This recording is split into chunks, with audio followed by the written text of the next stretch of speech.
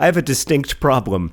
For the first 16 years of my life, I thought my name was Emma. That's spelled E-M-M-A. However, upon my attempt to acquire a learner's permit, I found out that there was a clerical error on my birth certificate, making my legal name Emma. Emma spelled with 3 M's. E-M-M-M-A.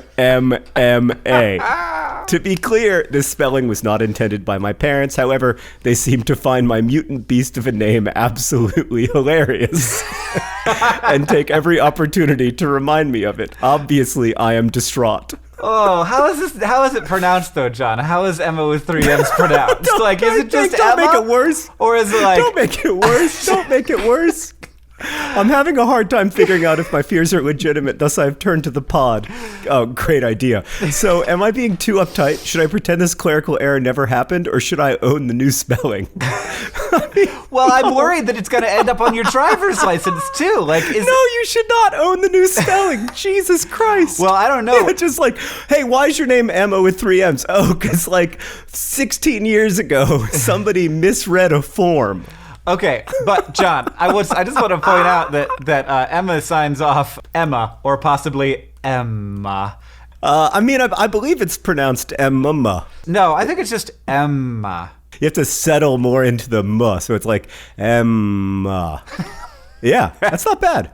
Probably the next step is, you should go ahead and legally change your name to the name that is your name, because the government should not get to decide how many M's are in your name. I don't want to sound like too much of a libertarian, Emma, but I do think that there are some places that the government should stay out of, including the number of M's in Emma. Just stick with it, because who else has that?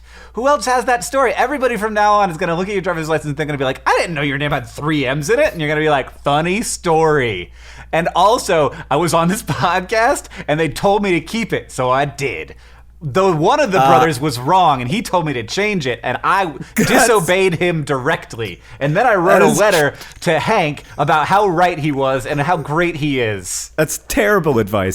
The thing is, Hank, she will have the story for the rest of her life. No, all she needs to do is photocopy the birth certificate and keep it in her pocket. You gotta have it come for the rest of her natural. life, she's going to have a hilarious story. I mean, Hank is right, Emma, that this is a very funny story. I understand that current you is really unhappy about this situation. Future you is going to find this as funny as your parents do. You need to hold on to some memories of Emma, but I don't think you need to hold on to the name as your name if you don't want to. I feel as if we have both made our cases. This next question comes from Cassandra with 3 S's.